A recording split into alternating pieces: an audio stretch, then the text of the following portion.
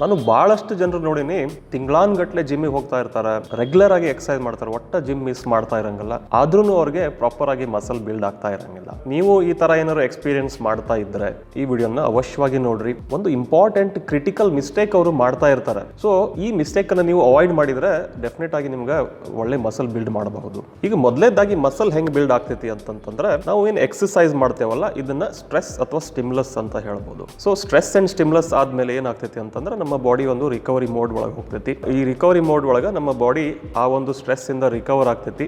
ಆಮೇಲೆ ಅಡ್ಯಾಪ್ಟೇಷನ್ ಆಗುತ್ತೆ. ಅಡ್ಯಾಪ್ಟೇಷನ್ ಒಳಗೆ ನಮ್ಮ ಮಸಲ್ ಸ್ವಲ್ಪ ಸ್ಟ್ರಾಂಗ್ ಆಗಿ ದೊಡ್ಡದಾಗಿ ಗ್ರೋ ಆಗ್ತೈತಿ. ಈ ಸ್ಟ್ರೆಸ್ ಸಿಗೋದು ನಮ್ಗೆ ಎಕ್ಸರ್ಸೈಸ್ ಇಂದ ಒಂದಿಷ್ಟು ಸ್ಟಿಮ್ಯುಲಸ್ ಸಿಗುತ್ತೆ ನಮ್ಗೆ ಮಸಲ್ ಗ್ರೋ ಆಗ್ಲಿಕ್ಕೆ. ಆ ಒಂದು ಸ್ಟಿಮ್ಯುಲಸ್ ಇಂದ ಮಸಲ್ ಗ್ರೋ ಆಗ್ಲಿಕ್ಕೆ ಒಂದು ಸಿಗ್ನಲ್ ಪ್ರೊಡ್ಯೂಸ್ ಆಗ್ತೈತಿ. ನಾವು ಈ ಸ್ಟಿಮ್ಯುಲಸ್ ಅನ್ನು ಪ್ರಾಪರ್ ಆಗಿ ಪ್ರೊಡ್ಯೂಸ್ ಮಾಡ್ಬೇಕಂತಂದ್ರೆ ಎಕ್ಸರ್ಸೈಸ್ ಇಂದ ನಮ್ಗೆ ಏನ್ ಸಿಗ್ಬೇಕು, ಯಾವ ತರ ಎಕ್ಸರ್ಸೈಸ್ ಮಾಡಬೇಕು, ಎಷ್ಟು ರೆಪಿಟೇಷನ್ಸ್ ಮಾಡಬೇಕು, ಎಷ್ಟು ಸೆಟ್ಸ್ ಮಾಡಬೇಕು ಅಂತ ಈ ಸೀರೀಸ್ ಇನ್ನ ಪ್ರೀವಿಯಸ್ ವಿಡಿಯೋಸ್ ಒಳಗೆ ನಾನು ಕವರ್ ಮಾಡೀನಿ.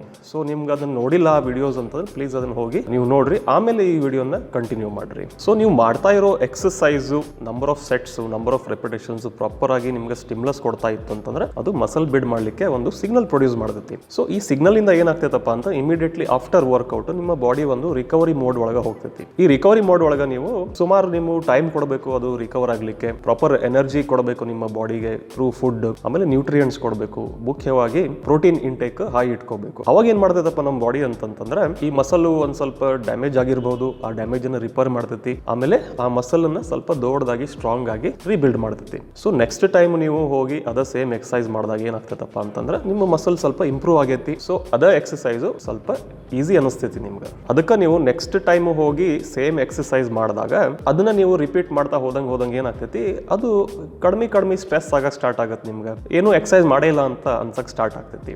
ಅದ್ರ ಪ್ರಾಬ್ಲಮ್ ಏನಾಗ್ತೈತಪ್ಪ ಅಂತಂದ್ರೆ ಈ ಸ್ಟ್ರೆಸ್ ಆಗಿಲ್ಲ ಅಂತಂದ್ರೆ ಪ್ರಾಪರ್ ಸ್ಟಿಮ್ಯುಲಸ್ ಪ್ರೊಡ್ಯೂಸ್ ಆಗಂಗಿಲ್ಲ. ಪ್ರಾಪರ್ ಸ್ಟಿಮ್ಯುಲಸ್ ಪ್ರೊಡ್ಯೂಸ್ ಆಗಿಲ್ಲ ಅಂದ್ರೆ ಮಸಲ್ ಬಿಲ್ಡ್ ಆಗಕ್ಕೆ ಸಿಗ್ನಲ್ ಪ್ರೊಡ್ಯೂಸ್ ಆಗಂಗಿಲ್ಲ. ಅದಕ್ಕೆ ಇಂಪಾರ್ಟೆಂಟ್ ಏನಪ್ಪಾ ಅಂತಂದ್ರೆ ನಿಮ್ಮ ಮಸಲ್ ಗ್ರೋ ಆದಂಗ, ನಿಮ್ಮ ಮಸಲ್ ಸ್ಟ್ರಾಂಗ್ ಆದಂಗ ಈ ಸ್ಟ್ರೆಸ್ ಅನ್ನ ನೀವು ಇನ್ಕ್ರೀಸ್ ಮಾಡಬೇಕು, ಸ್ಟಿಮ್ಯುಲಸ್ ಅನ್ನ ಇನ್ಕ್ರೀಸ್ ಮಾಡಬೇಕು, ಅಂದ್ರೆ ಅಷ್ಟ ಮಸಲ್ ಬಿಲ್ಡ್ ಆಗಕ್ಕೆ ಸಾಧ್ಯ ಐತಿ.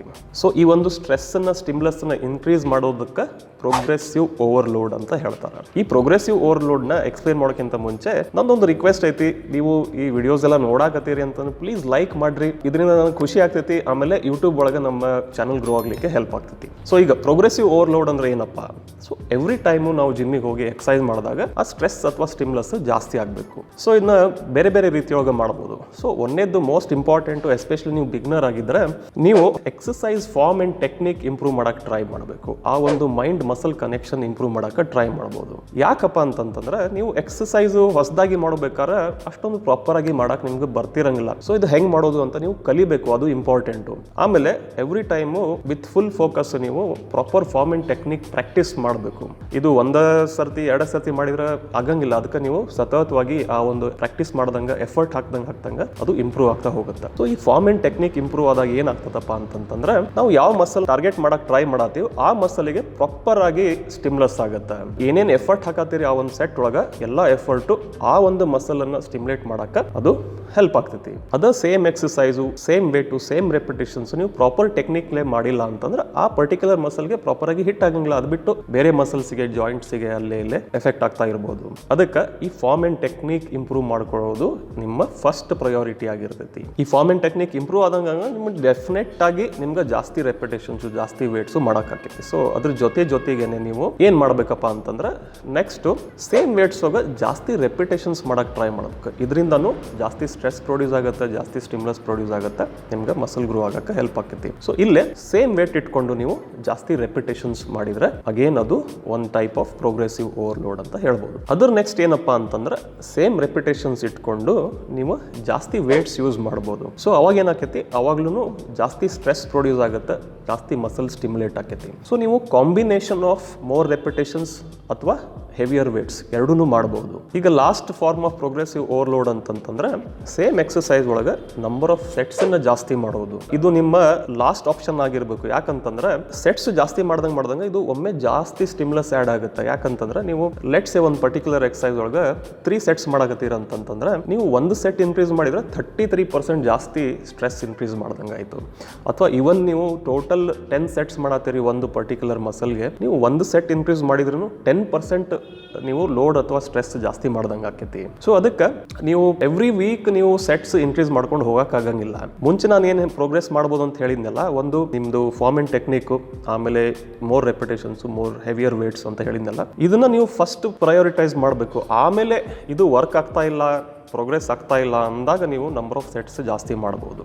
ಈಗ ನೀವು ಪ್ರತಿ ವೀಕು ಒಂದೊಂದು ಸೆಟ್ ಜಾಸ್ತಿ ಮಾಡ್ತಾ ಹೋದ್ರೂ 10% ಹಿಂಗೆ ಆ್ಯಡ್ ಆಗ್ತಾ ಹೋಗುತ್ತೆ. ಆಮೇಲೆ ಭಾಳ ಜಲ್ದಿನ ನೀವು ಭಾಳಷ್ಟು ಸೆಟ್ಸ್ ಆಗಕ್ಕೆ ಸ್ಟಾರ್ಟ್ ಆಗುತ್ತೆ, ನಿಮ್ಗೆ ಸ್ಟ್ರೆಸ್ ಭಾಳ ಆಗಕ್ಕೆ ಸ್ಟಾರ್ಟ್ ಆಗ್ತೈತಿ. ಸೊ ನೀವು ಸ್ಟ್ರೆಸ್ನು ಭಾಳ ಜಾಸ್ತಿ ಆಯಿತು ಅಂತಂದ್ರೆ ನಿಮ್ಗೆ ಅದು ರಿಕವರ್ ಮಾಡೋಕ್ಕಾಗಲಿಕ್ಕಿಲ್ಲ. ಅದಕ್ಕೆ ನಂಬರ್ ಆಫ್ ಸೆಟ್ಸು ಅಷ್ಟು ಫಾಸ್ಟಾಗಿ ನಮ್ಗೆ ಇನ್ಕ್ರೀಸ್ ಮಾಡೋದು ಒಂದು ಒಳ್ಳೆ ಐಡಿಯಾ ಅಲ್ಲ. ಆದರೆ ಇದನ್ನ ಅವಾಗ ನಮ್ಮ ಟ್ರೈನಿಂಗ್ ಒಳಗೆ ನಾವು ಯೂಸ್ ಮಾಡ್ಬೋದು. ಒಂದು ಪರ್ಟಿಕ್ಯುಲರ್ ಮಸಲ್ ಸರಿ ಗ್ರೋ ಆಗ್ತಾ ಇಲ್ಲ ಅಂದ್ರೆ ಮೇ ಬಿ ಒಂದು 10% 20% ಸೆಟ್ಸ್ ಅನ್ನ ಜಾಸ್ತಿ ಮಾಡ್ಕೋಬಹುದು. ಅದನ್ನು ಕಾನ್ಸ್ಟೆಂಟ್ ಆಗಿ ಇಟ್ಕೊಂಡು ಅಗೇನ್ ನೀವು ಬೇರೆ ಮೆಥಡ್ಸ್ ಇಂದ ಪ್ರೋಗ್ರೆಸ್ ಮಾಡ್ಕೊಂಡು ಆಮೇಲೆ ಬೇಕಂದ್ರೆ ನಾವು ಸೆಟ್ಸ್ ಜಾಸ್ತಿ ಮಾಡ್ತಾ ಹೋಗ್ಬೋದು. ಸೊ ಈ ಪ್ರೋಗ್ರೆಸಿವ್ ಓವರ್ಲೋಡ್ ನ ಹೆಂಗ್ ಮಾಡೋದು, ಇದಕ್ಕೆ ಒಂದು ಸರ್ಟನ್ ರೂಲ್ಸ್ ನಾವು ಸೆಟ್ ಮಾಡಬಹುದು. ಇದಕ್ಕೆ ಪ್ರೋಗ್ರೆಷನ್ ಮೆಥಡ್ಸ್ ಅಂತ ಹೇಳ್ತಾರೆ. ಈಗ ನೀವು ರೆಪಿಟೇಷನ್ಸ್ ಜಾಸ್ತಿ ಮಾಡೋದ್ರೆ ಎಷ್ಟು ರೆಪಿಟೇಷನ್ಸ್ ಜಾಸ್ತಿ ಮಾಡ್ತಾ ಹೋಗೋದು, 20, 30, 40, 50 ರೆಪಿಟೇಷನ್ಸ್ ಮಾಡ್ಕೊಂಡು ಹೋಗೋದು ಒಳ್ಳೆ ಐಡಿಯಾ ಅಲ್ಲ. ಅಥವಾ ಸೇಮ್ ರೆಪಿಟೇಷನ್ಸ್ ಜಾಸ್ತಿ ವೇಟ್ಸ್ ಮಾಡೋದು, ಎಷ್ಟು ವೇಟ್ಸ್ ಇನ್ಕ್ರೀಸ್ ಮಾಡ್ತಾ ಹೋಗೋದು. ಸೊ ಇದಕ್ಕೊಂದು ನಾವು ರೂಲ್ ಸೆಟ್ ಮಾಡಿದಾಗ ಇದನ್ನ ನಾವು ಪ್ರಾಪರ್ ಆಗಿ ಅಪ್ಲೈ ಮಾಡೋಕ್ಕಾಗೈತಿ. ಸೊ ಅದಕ್ಕೆ ನಾನು ನಿಮ್ಗೆ 3 ಪ್ರೋಗ್ರೆಷನ್ ಮೆಥಡ್ಸ್ ಬಗ್ಗೆ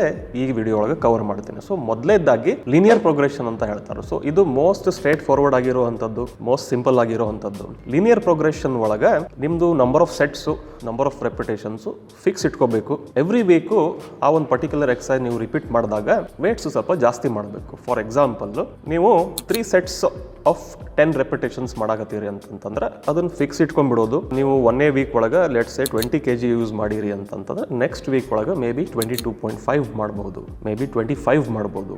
ಆದ್ರೆ ನಿಮ್ಗೆ 3 ಸೆಟ್ಸ್ ಆಫ್ 10 ಬರಬೇಕಾದ್ರೊಳಗೆ. ಸೊ ಅದರ ನೆಕ್ಸ್ಟ್ ವೀಕ್ ನೀವೇನು ಮಾಡೋದು, ಅಗೇನ್ ಸ್ವಲ್ಪ ವೇಟ್ಸ್ ಜಾಸ್ತಿ ಮಾಡೋದು. Again 3 sets of 10 may be 25 kilo use ಮಾಡ್ಬೋದು. ಸೊ ಹಿಂಗೆ ಏನಾಗ್ತೈತಪ್ಪ ಅಂತಂದ್ರೆ ಸೆಟ್ಸ್ ರೆಪಿಟೇಷನ್ಸ್ ಸೇಮ್ ಉಳಿತಾವ, ಆದ್ರೆ ವೇಟ್ಸ್ ಜಾಸ್ತಿ ಆಗ್ತಾ ಹೋಗ್ತೈತಿ. ಆಮೇಲೆ ಇದನ್ನ ನೀವು ಎವ್ರಿ ವೀಕ್ ಇನ್ಕ್ರೀಸ್ ಮಾಡ್ಬೋದು, ಅಥವಾ ಎವ್ರಿ 2 ವೀಕ್ಸ್, 3 ವೀಕ್ಸ್, 4 ವೀಕ್ಸ್ ಒಂದ್ಸತಿನೂ ಇನ್ಕ್ರೀಸ್ ಮಾಡ್ಬೋದು. ಎಲ್ಲಿ ತನಕ ನಿಮ್ಗೆ ಇನ್ಕ್ರೀಸ್ ಮಾಡಕ್ ಆಕೈತಿ ಅಲ್ಲಿ ತನಕ ನೀವು ಇದನ್ನ ಫಾಲೋ ಮಾಡ್ತಾ ಹೋಗ್ಬೋದು. ಆದ್ರೆ ಈ ಒಂದು ಪ್ರೋಗ್ರೆಷನ್ ಮೆಥಡ್ ಒಂದು ಡ್ರಾಬ್ಯಾಕ್ ಏನಿರ್ತೈತಿ ಅಂತಂದ್ರೆ ನೀವು ಅಷ್ಟು ಫಾಸ್ಟ್ ಆಗಿ ಎವ್ರಿ ವೀಕ್ ಇನ್ಕ್ರೀಸ್ ಮಾಡಕ್ ಆಗಂಗಿಲ್ಲ ವೇಟ್ಸ್. ಒನ್ ಪಾಯಿಂಟ್ ಆಫ್ ಟೈಮ್ಗೆ ಮೇ ಬಿ ಒಂದು ಫ್ಯೂ ಮಂತ್ಸ್ ಒಳಗೆ ನೀವು ಸ್ಟಕ್ ಆಗ್ಬೋದು. ಸೊ ನೀವು ಅದೇ 3 ಸೆಟ್ಸ್ ಆಫ್ 10 ಟ್ರೈ ಮಾಡಿದ್ರೆ ಏನಾಗ್ತೈತಿ, ನೀವು ಫೇಲ್ ಆಗ್ಬೋದು. ಮೇ ಬಿ 8 ರೆಪಿಟೇಷನ್ಗೆ ನಿಮ್ಗೆ ಮಾಡಕ್ ಆಗ್ಲಿಕ್ಕಿಲ್ಲ, ಸ್ಟಾಪ್ ಮಾಡಿಬಿಡ್ಬೋದು. ಸೊ ಈ ಒಂದು ಪಾಯಿಂಟ್ ರೀಚ್ ಆದಾಗ ನೀವು ಆ ಒಂದು ಎಷ್ಟು ವೇಟ್ಸ್ ಇನ್ಕ್ರೀಸ್ ಮಾಡ್ತಿರಲ್ಲ ಅದನ್ನ ಕಮ್ಮಿ ಮಾಡ್ಕೋಬಹುದು. ಮೈಕ್ರೋ ಲೋಡಿಂಗ್ ಅಂತ ಹೇಳ್ತಾರೆ. ಸೊ ಜನರಲಿ ನಮ್ಮಲ್ಲಿ ಪ್ಲೇಟ್ಸ್ ಎಷ್ಟು ಅವೈಲೇಬಲ್ ಇರ್ತಾವೆ, ಅಟ್ ಲೀಸ್ಟ್ ನೀವು ಮಿನಿಮಮ್ ಅಂದ್ರೆ 2.5 kg ಇನ್ಕ್ರೀಸ್ ಮಾಡಬೇಕಾಗುತ್ತೆ. ಸೊ ಅಲ್ಲಿ ಮೈಕ್ರೋ ಲೋಡಿಂಗ್ ಪ್ಲೇಟ್ಸ್ ಸಿಗ್ತಾವೆ. ನೀವು 1 kg, ಹಾಫ್ kg ಪ್ಲೇಟ್ಸ್ ಸಿಗ್ತಾವೆ. ಅದನ್ನ ಇಟ್ಕೊಂಡು ಮೈಕ್ರೋ ಲೋಡಿಂಗ್ ಮಾಡ್ತಾ ಹೋಗ್ಬೋದು. ಎವ್ರಿ ಟೈಮ್ 2.5 kg ಇನ್ಕ್ರೀಸ್ ಮಾಡೋ ಬದಲಿಗೆ 1 kg ಇಂದ ಇನ್ಕ್ರೀಸ್ ಮಾಡ್ಬೋದು, ಅಥವಾ ಮೇ ಬಿ 2 kg ಇನ್ಕ್ರೀಸ್ ಮಾಡ್ಬೋದು. ಈ ಮೈಕ್ರೋ ಲೋಡಿಂಗ್ ಪ್ಲೇಟ್ಸ್ ಇಲ್ಲ ಅಂತಂದ್ರೆ ಈ ವ್ರಿಸ್ಟ್ ವೇಟ್ ಸಿಗ್ತಾವಲ್ಲ, ವ್ರಿಸ್ಟ್ ವೇಟ್ಸ್ ಅನ್ನ ಇಟ್ಕೋಬಹುದು. ನೀವು half kg, 1 kg wrist weight ಸಿಗ್ತಾವ, ಅದನ್ನ ನೀವು ಬಾರಿಗೆ ಹಾಕಿ ಮೈಕ್ರೋ ಲೋಡಿಂಗ್ ಮಾಡ್ತಾ ಹೋಗ್ಬೋದು. ಅಗೇನ್ ಈ micro loading one point of time work ಆಗೋದು ಸ್ಟಾಪ್ ಆಕೈತಿ.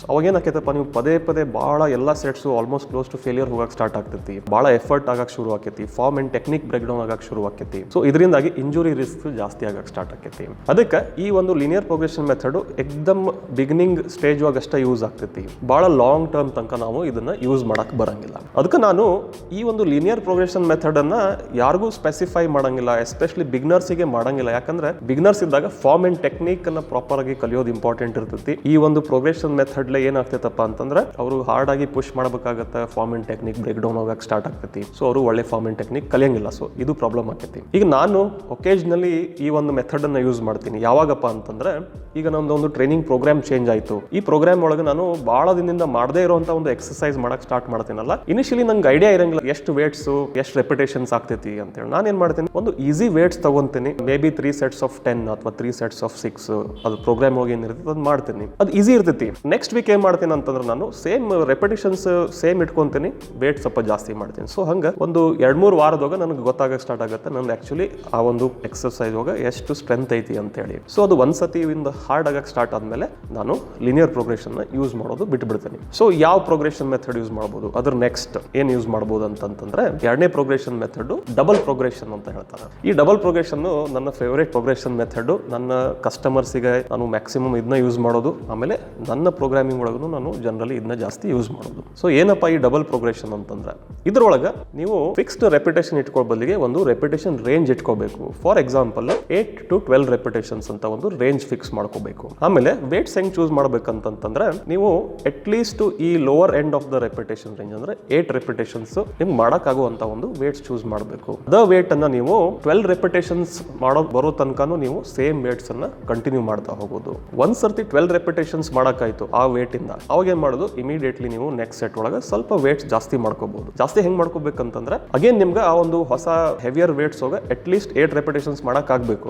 ಅಷ್ಟು ವೇಟ್ಸ್ ನೀವು ಇನ್ಕ್ರೀಸ್ ಮಾಡೋದು. ಆಮೇಲೆ ಆ ವೇಟ್ ಒಳಗೆ ನೀವು ಅಗೇನ್ 12 ರೆಪಿಟೇಷನ್ಸ್ ಬರೋ ತನಕ ಪ್ರೋಗ್ರೆಸ್ ಮಾಡ್ಕೊಂಡು ಆಮೇಲೆ ವೇಟ್ಸ್ ಇನ್ಕ್ರೀಸ್ ಮಾಡೋದು. ಸೊ ಇಲ್ಲಿ 2 ಸ್ಟೆಪ್ ಒಳಗೆ ಪ್ರೋಗ್ರೆಸ್ ಆಗುತ್ತೆ. ಅದಕ್ಕೆ ಡಬಲ್ ಪ್ರೋಗ್ರೆಷನ್ ಅಂತ ಕರೀತಾರೆ. ಒಂದು ಸೇಮ್ ವೇಟ್ ಒಳಗೆ ರೆಪಿಟೇಷನ್ ಜಾಸ್ತಿ ಆಯ್ತು, ಸೊ ಇದು ಒಂದೇ ಪ್ರೋಗ್ರೆಷನ್. ಆಮೇಲೆ upper end of the repetition reach ಆಮೇಲೆ ನೀವು ವೇಟ್ಸ್ ಇನ್ಕ್ರೀಸ್ ಮಾಡಿ. ಸೊ ಡಬಲ್ ಪ್ರೋಗ್ರೆಷನ್ 2 ಸ್ಟೆಪ್ ಇರುತ್ತೆ ಪ್ರೋಗ್ರೆಸ್ ಆಗ್ಲಿಕ್ಕೆ. ಈ ಡಬಲ್ ಪ್ರೋಗ್ರೆಷನ್ ಬೇರೆ ಬೇರೆ ವೇನಾಗ ಮಾಡಬಹುದು, ಬೇರೆ ಬೇರೆ ಸ್ಪೀಡ್ ನಾಗ ಮಾಡಬಹುದು. ನಾವು ಈ ರೆಪಿಟೇಷನ್ ರೇಂಜ್ ನಾವು ಸಣ್ಣ ರೇಂಜ್ ಇಟ್ಕೋಬಹುದು.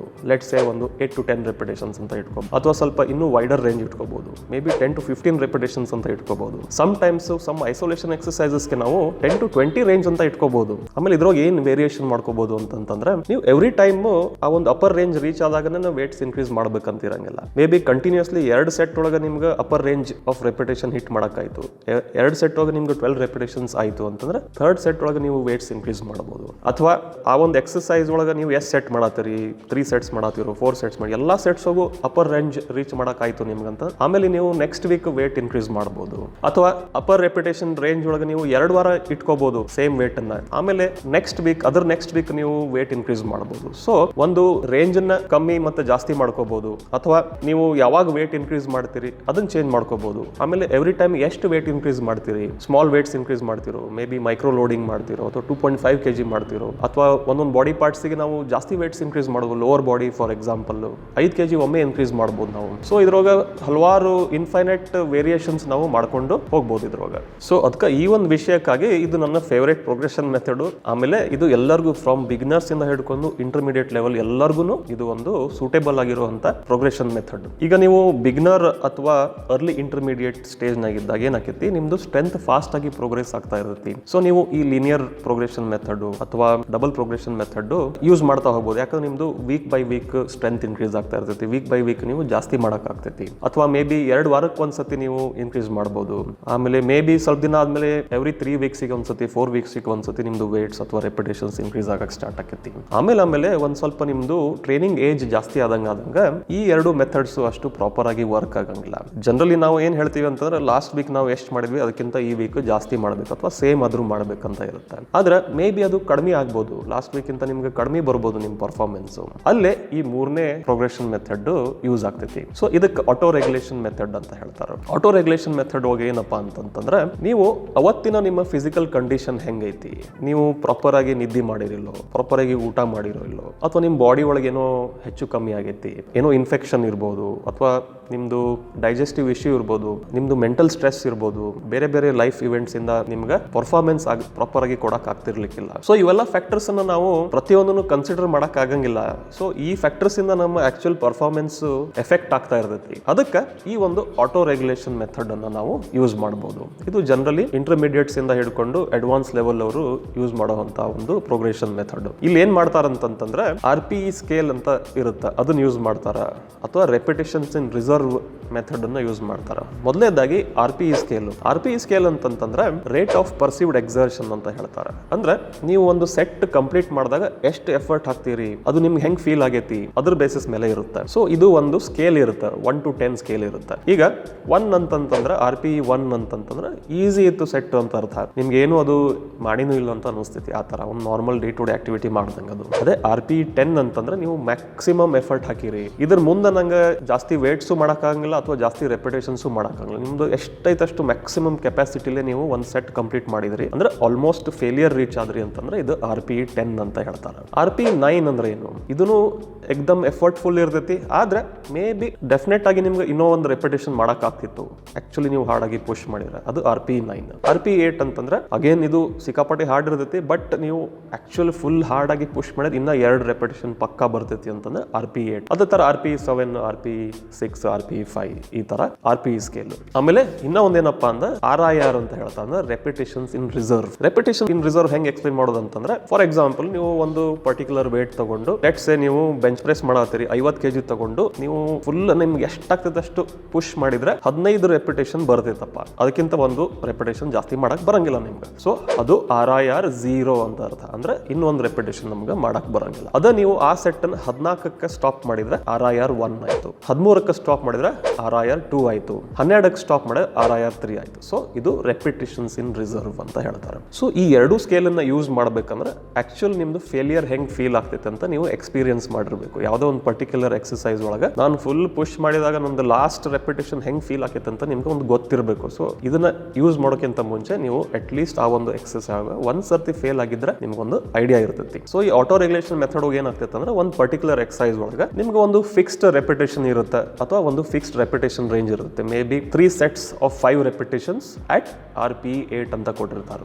ಅಥವಾ ನಮ್ಗೆ ಈಸಿ ಆಗಲಿ ಅಂತ RIR ಯೂಸ್ ಮಾಡ್ತೀನಿ, repetitions in reserve, 2 repetitions in reserve ಅಂತ ಕೊಟ್ಟಿರ್ತಾರೆ. ಇದರ ಅರ್ಥ ನೀವು ಏನ್ ಮಾಡಬೇಕು ಅಂತಂದ್ರೆ ಅವತ್ತಿನ ದಿನ ನಿಮ್ಗೆ ಹೆಂಗ್ ಫೀಲ್ ಆಗಕತ್ತೈತಿ, ಇದು ಒಂದು ನಿಮ್ದು ಪ್ರೀವಿಯಸ್ ಹಿಸ್ಟ್ರಿ, ನೀವು ಏನು ಎಕ್ಸರ್ಸೈಸ್ ಮಾಡಿರ್ತಾರೆ ನಿಮ್ಗೆ ಗೊತ್ತಿರ್ತೈತಿ ನನಗೆ ಎಷ್ಟು ವೇಟ್ಸ್ ಮಾಡಕ್ ಆಗ್ತೈತಿ ಅಂತ ಹೇಳಿ, ನಿಮ್ದು ಸ್ಟ್ರೆಂತ್ ಲೆವೆಲ್ ಎಷ್ಟೈತೆ ನಿಮ್ಗೆ ಒಂದು ಐಡಿಯಾ ಇರುತ್ತೆ. ಆಮೇಲೆ ಆ ಒಂದು ಎಕ್ಸರ್ಸೈಸ್ಗೆ ನೀವು ವಾರ್ಮ್ ಅಪ್ ಮಾಡ್ತಿರಲ್ಲ, ಈಸಿ ವೇಟ್ಸ್ ಇಂದ ಸ್ಟಾರ್ಟ್ ಮಾಡ್ತೀರಿ, ವೇಟ್ಸ್ ಆಡ್ ಮಾಡ್ತಾ ಹೋಗ್ತೀರಿ. ಆ ವಾರ್ಮ್ ಅಪ್ ಒಳಗೆ ನಿಮ್ಗೆ ಹೆಂಗ್ ಫೀಲ್ ಆಗತ್ತೆ ಅದ್ರ ಬೇಸಿಸ್ ಮೇಲೆ ನೀವು ವೇಟ್ ಚೂಸ್ ಮಾಡಬೇಕು. ವೇಟ್ ಹೆಂಗ್ ಚೂಸ್ ಮಾಡಬೇಕಂದ್ರೆ ನೀವು 5 ರೆಪಿಟೇಷನ್ ಮಾಡಿದಾಗ ನಿಮ್ಗೆ ಇನ್ನ 2 ರೆಪಿಟೇಷನ್ಸ್ ಮಾಡಕ್ ಆಗ್ಬೇಕು. ಸೊ ಅಲ್ಲಿಗೆ ಸ್ಟಾಪ್ ಮಾಡಬೇಕು. ಸೊ ಫಿಕ್ಸ್ಡ್ ರೆಪಿಟೇಷನ್ ಇಟ್ಕೊಂಡು ಹಿಂಗ್ ಮಾಡಬಹುದು, ಅಥವಾ ಒಂದು ಫಿಕ್ಸ್ ರೆಪಿಟೇಷನ್ ರೇಂಜ್ ಇಡಬಹುದು. Maybe 6 to 8 repetitions at RIR 2 ಅಂತ ಹೇಳ್ತಾರೆ. ಸೊ ನೀವು ಹೆಂಗ್ ಮಾಡ್ಬೇಕಂತಂದ್ರೆ ವೇಟ್ ಅಪ್ರಾಕ್ಸಿಮೇಟ್ಲಿ 6 to 8 ರೆಪಿಟೇಷನ್ ಬರೋ ಹಂಗೆ ಚೂಸ್ ಮಾಡಬೇಕು. ಸೊ ಅದನ್ನ ಸ್ಟಾಪ್ ಮಾಡಿದಾಗ ನಿಮ್ಗೆ ಇನ್ನು 2 ರೆಪಿಟೇಷನ್ಸ್ ಮಾಡಕ್ ಆಗಬೇಕು. ಸೊ ಇದು ನಿಮ್ಮ ಎಕ್ಸ್ಪೀರಿಯನ್ಸ್ಲೆ ಆಮೇಲೆ ಅವತ್ತಿನ ಒಂದು ವಾರ್ಮ್ ಅಪ್ ಮಾಡಬೇಕಾದ್ರೆ ಏನು ಫೀಲಿಂಗ್ ಇರುತ್ತಲ್ಲ ಅದ್ರ ಮೇಲೆ ಗೊತ್ತಾಗ್ತೈತಿ. ಸೊ ಇಲ್ಲಿ ಏನಪ್ಪಾ ಅಂತಂದ್ರೆ ರೆಪಿಟೇಷನ್ಸ್ ಎಷ್ಟು ಬರುತ್ತೆ ಅಥವಾ ವೇಟ್ ನಿಮ್ಗೆ ಎಷ್ಟು ಬರುತ್ತೆ ಅವತ್ತು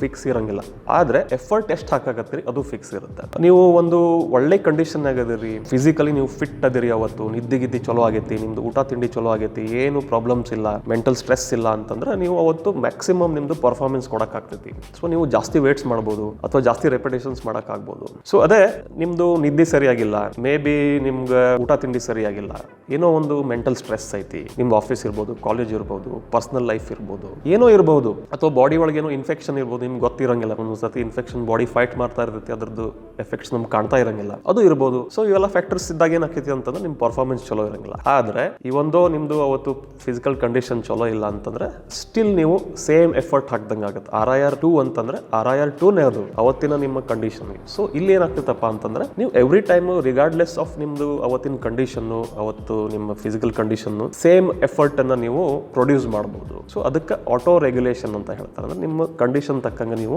ನಿಮ್ಮ ಸ್ಟ್ರೆಸ್ ಅನ್ನ ರೆಗ್ಯುಲೇಟ್ ಮಾಡಬಹುದು. ಇದು ಯೂಶಲಿ ಸ್ವಲ್ಪ ಇಂಟರ್ಮೀಡಿಯೇಟ್ ಟು ಅಡ್ವಾನ್ಸ್ ಲಿಫ್ಟರ್ಸ್ ಗೆ ಯೂಸ್ ಆಗ್ತೈತಿ. ಸೊ ನಾವು ಪಕ್ಕ ಹೇಳ್ಬೋದು ಈ ಸ್ಟ್ರೆಸ್ ಅನ್ನ ನಾವು ಕಂಟ್ರೋಲ್ ಮಾಡಬಹುದಿಲ್ಲ. ಏನ್ ಐಡಿಯಾ ಅಂತಂದ್ರೆ ಸ್ಟ್ರೆಸ್ ಅನ್ನು ಕಂಟ್ರೋಲ್ ಮಾಡೋದು. ಸೊ ಯೂಶಲಿ ಈ RIR ಬೇಸ್ಡ್ ಅಥವಾ RPE ಬೇಸ್ಡ್ ಏನು ಪ್ರೋಗ್ರಾಮ್ಸ್ ಇರ್ತಾವಲ್ಲ, ಹೆಂಗ್ ಸ್ಟಾರ್ಟ್ ಆಗುತ್ತೆ ಅಂತಂದ್ರೆ ಒಂದು ಪ್ರೋಗ್ರಾಮ್ ಸ್ಟಾರ್ಟ್ ಆದಾಗ ಪ್ರೋಗ್ರಾಮ್ 1ನೇ ವೀಕ್ ಈಸಿ ಇರ್ತೈತಿ.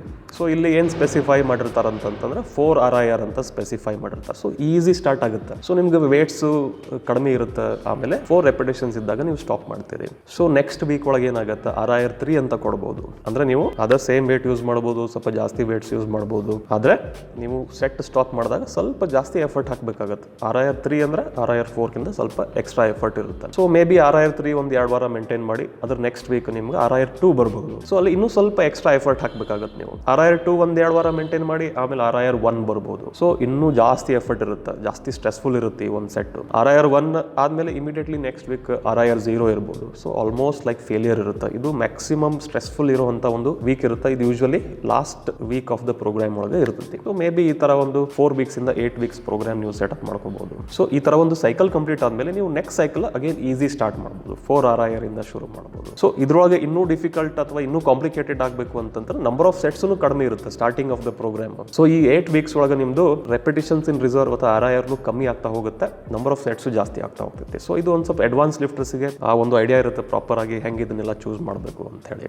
ಸೊ ಇವು 3 ಪ್ರೋಗ್ರೆಷನ್ ಮೆಥಡ್ಸ್ ಅನ್ನ ನೀವು ಯೂಸ್ ಮಾಡಬಹುದು. ನೀವು ಯಾವ್ದೋ ಪ್ರೋಗ್ರೆಷನ್ ಮೆಥಡ್ಸ್ ಯೂಸ್ ಮಾಡ್ರಿ, ಇದ್ರ ಉದ್ದೇಶ ಏನಿರ್ತೈತಪ್ಪ ಅಂತಂದ್ರೆ ಎವ್ರಿ ಟೈಮ್ ನಾವು ಜಿಮ್ಮಿಗೆ ಹೋದಾಗ ನಮ್ಮ ಮಸಲ್ ಬಿಲ್ಡ್ ಆಗ್ಲಿಕ್ಕೆ ಒಂದು ಪ್ರಾಪರ್ ಸ್ಟ್ರೆಸ್ ಸ್ಟಿಮ್ಯುಲಸ್ ನಾವು ಕೊಡಬೇಕು. ನೀವು ಸ್ಟಿಮ್ಯುಲಸ್ ಪ್ರೊಡ್ಯೂಸ್ ಮಾಡಬೇಕಪ್ಪ ಈ ಮಸಲ್ ಬಿಲ್ಡ್ ಆಗಬೇಕು ಅಂತಂದ್ರೆ ಈ number of sets, repetitions, weights ಒಂದು ಅದು ಫಿಕ್ಸ್ಡ್ ನಂಬರ್ ಇರಂಗಿಲ್ಲ, ಅದು ಒಂದು ರೇಂಜ್ ನಾಗ ಇರುತ್ತೆ. ಫಾರ್ ಎಕ್ಸಾಂಪಲ್ ನೀವು ಬೈಸೆಪ್ ಕರ್ಲ್ಸ್ ಮಾಡ್ತೀರಿ, 3 sets of 10 repetitions bicep curls ಮಾಡ್ತೀರಿ. ಒಂದು ವೇಟ್ ತಗೊಂಡು ಲೆಟ್ಸ್ ಸೇ 10 kg ತಗೊಂಡು ಮಾಡ್ತೀರಿ. ಇದರಿಂದ ಇದರಿಂದ ಒಂದು ಒಳ್ಳೆ ಸ್ಟಿಮ್ಯುಲಸ್ ಸಿಗುತ್ತೆ ನಿಮ್ಮ ಮಸಲ್ ಬಿಲ್ಡ್ ಆಗ್ಲಿಕ್ಕೆ. ನೀವು ಚಲೋ ಊಟ ತಿಂಡಿ ಮಾಡಿ ರೆಸ್ಟ್ ಗಿಟ್ಸ್ ಕೊಟ್ರೆ ಇದು ಬೈಸೆಪ್ ಗ್ರೋ ಆಗ್ತೈತಿ. ಅದ್ರ ಹೊರತು ನೀವು let's say 3 sets of 9 repetitions ಮಾಡಿದ್ರಿ, ಅದರ ಅರ್ಥ ನೀವು ಮಸಲ್ ಗ್ರೋ ಆಗಂಗಿಲ್ಲ ಅಂತಲ್ಲ. ಮೇ ಬಿ ಒಂದು 5% ಕಮ್ಮಿ ಗ್ರೋ ಆಗ್ಬೋದು, ಮೇ ಬಿ 2% ಕಮ್ಮಿ ಗ್ರೋ ಆಗ್ಬೋದು. ಇದು ನಾವು ಹೆಂಗಂತ ಫೈಂಡ್ ಔಟ್ ಮಾಡಕ್ ಆಗಂಗಿಲ್ಲ. ಆದ್ರೆ ಅದು ಒಂದು ರೇಂಜ್ ನಾಗ ಇರುತ್ತೆ. ಸ್ವಲ್ಪ ಕಮ್ಮಿ ಮಾಡಿದ್ರು ಪರವಾಗಿಲ್ಲ. ಅದೇ ನೀವು ಸ್ವಲ್ಪ ಜಾಸ್ತಿ ಮಾಡಿದ್ರಿ, 3 sets of 12 repetitions ಮಾಡಿದ್ರಿ, ಅದು ಜಾಸ್ತಿ ಸ್ಟ್ರೆಸ್ ಕೊಡುತ್ತೆ. ಸೊ ಜಾಸ್ತಿ ಮಸಲ್ ಗ್ರೋ ಆಗ್ಬೋದು, ಗ್ರೋ ಆಗ್ಲಿಕ್ಕೇನಿಲ್ಲ, ಸ್ಟ್ರೆಸ್ ಒಂದ್ ಸ್ವಲ್ಪ ಅತಿ ಪರಿ ಜಾಸ್ತಿನೂ ಆಗ್ಬೋದು, ಜಾಸ್ತಿ ಡ್ಯಾಮೇಜ್ ಕ್ರಿಯೇಟ್ ಆಗ್ಬೋದು ಅದು. ಸೊ ಇದನ್ನ ನಾವು ಹೇಳಕ್ ಬರಂಗಿಲ್ಲ. ಆದ್ರೆ ಈ ಪ್ರೋಗ್ರೆಷನ್ ಮೆಥಡ್ ಉದ್ದೇಶ ಏನಿರುತ್ತೆ ಅಂತಂದ್ರೆ ಎವ್ರಿ ವೀಕ್ ನಾವು same number of sets repetitions ಅದಕ್ಕಿಂತ ಜಾಸ್ತಿ ಮಾಡ್ಲೇಬೇಕು ಅಂತ ಇರಂಗಿಲ್ಲ. ಆದ್ರೆ ನೀವು ಎವ್ರಿ ವೀಕ್ ಇನ್ಕ್ರೀಸ್ ಮಾಡಿಲ್ಲ ಅಂದ್ರೂ ಇಲ್ಲ, ನೀವು ಅದೇ ಸೇಮ್ ವೇಟ್ ಸೇಮ್ ರೆಪಿಟೇಷನ್ಸ್ ತಿಂಗಳಾನ್ಗಟ್ಲೆ ಮಾಡ್ತಾ ಹೋದ್ರೆ ಡೆಫಿನೆಟ್ ಆಗಿ ನಿಮ್ಗೆ ಇನಫ್ ಸ್ಟಿಮ್ಯುಲಸ್ ಅಥವಾ ಸ್ಟ್ರೆಸ್ ಪ್ರೊಡ್ಯೂಸ್ ಆಗಲ್ಲ, ಮಸಲ್ ಬಿಲ್ಡ್ ಆಗಂಗಿಲ್ಲ. ಸೊ ಅದಕ್ಕೆ ಒಂದು ಲಾಂಗ್ ಟರ್ಮ್ ಒಳಗೆ ಮೇ ಬಿ ವೀಕ್ಸ್ ಮಂತ್ಸ್ ಒಳಗೆ ನೀವು ಶುರು ಮಾಡಿದಾಗ ಎಷ್ಟು ರೆಪಿಟೇಷನ್ಸ್ ಸೆಟ್ಸ್ ಮಾಡ್ತಾ ಇರ್ತೀರಿ ಅದಕ್ಕಿಂತ ಜಾಸ್ತಿ ಸ್ಟ್ರೆಸ್ ಆಗೋಂಗ ನೀವು ನಿಧಾನವಾಗಿ ಇನ್ಕ್ರೀಸ್ ಮಾಡ್ತಾ ಹೋಗ್ಬೇಕು. ಸೊ ನೀವು over long period of time ಈ ಒಂದು ಸ್ಟ್ರೆಸ್ ಸ್ಟಿಮ್ಯುಲಸ್ ಜಾಸ್ತಿ ಮಾಡ್ಕೊಂಡು ಟ್ರೈನ್ ಮಾಡ್ತಾ ಹೋಗ್ತೀರಿ, ರೆಗ್ಯುಲರ್ ಆಗಿ ಟ್ರೈನ್ ಮಾಡ್ತೀರಿ ಅಂತಂದ್ರೆ ಡೆಫಿನೆಟ್ ಆಗಿ ಮಸಲ್ ಬಿಲ್ಡ್ ಆಗ್ತೈತಿ. ಆದ್ರೆ ಈ ಒಂದು ಪಜಲ್ ಒಳಗೆ ಇನ್ನೊಂದು ಇಂಪಾರ್ಟೆಂಟ್ ಪೀಸ್ ಮಿಸ್ಸಿಂಗ್ ಐತಿ. ಏನಪ್ಪಾ ಅಂತಂದ್ರೆ ಈಗ ನಾವು ಸ್ಟ್ರೆಸ್ ಅನ್ನ ಕವರ್ ಮಾಡಿದ್ವಿ, ಎಕ್ಸರ್ಸೈಸ್ ಏನ್ ಮಾಡಬೇಕು, ಎಷ್ಟು ರೆಪಿಟೇಷನ್ಸ್, ಎಷ್ಟು ಸೆಟ್ಸ್, ಯಾವ ತರ ಪ್ರೋಗ್ರೆಸ್ ಮಾಡಬೇಕು ಅಂತ ಹೇಳಿ. ಸೊ ಇದು ನಿಮ್ಮ ಮಸಲ್ ಬಿಲ್ಡ್ ಆಗ್ಲಿಕ್ಕೆ ಒಂದು ಸ್ಟಿಮ್ಯುಲಸ್ ಕೊಡುತ್ತೆ, ಸಿಗ್ನಲ್ ಪ್ರೊಡ್ಯೂಸ್ ಆಗುತ್ತೆ. ಆದ್ರೆ ಆಕ್ಚುಲಿ ಮಸಲ್ ಬಿಲ್ಡ್ ಆಗೋದು ನಮ್ಮ ಜಿಮ್ ಒಳಗಲ್ಲ, ಅದು ನಮ್ಮ ಕಿಚನ್ ಒಳಗೆ. ಸೊ ಅದಕ್ಕೆ ಈ ನ್ಯೂಟ್ರಿಷನ್ ಇಂಪಾರ್ಟೆಂಟ್ ಆಗಿರ್ತೈತಿ. ಸೊ ನೆಕ್ಸ್ಟ್ ವಿಡಿಯೋ ಒಳಗೆ ನಾವು ಮಸಲ್ ಬಿಲ್ಡ್ ಮಾಡ್ಬೇಕಂದ್ರೆ ನ್ಯೂಟ್ರಿಷನ್ ಅಥವಾ ಡಯಟ್ ಹೆಂಗಿರ್ಬೇಕು ಅಂತ ಕವರ್ ಮಾಡ್ತೀನಿ. ಈ ವಿಡಿಯೋ ನಿಮ್ಗೆ ಹೆಲ್ಪ್ ಆಗೈತೆ ಅಂದ್ರೆ ಪ್ಲೀಸ್ ಲೈಕ್ ಮಾಡ್ರಿ, ಈ ಚಾನಲ್ಗೆ ಸಬ್ಸ್ಕ್ರೈಬ್ ಮಾಡ್ರಿ, ನಿಮ್ಮ ಫ್ರೆಂಡ್ಸ್ ಅಂಡ್ ಫ್ಯಾಮಿಲಿ ಜೊತೆ ಶೇರ್ ಮಾಡ್ರಿ. ನಾನು ನಿಮ್ಗೆ ನೆಕ್ಸ್ಟ್ ವಿಡಿಯೋ ಒಳಗೆ ಸಿಗ್ತೇನೆ.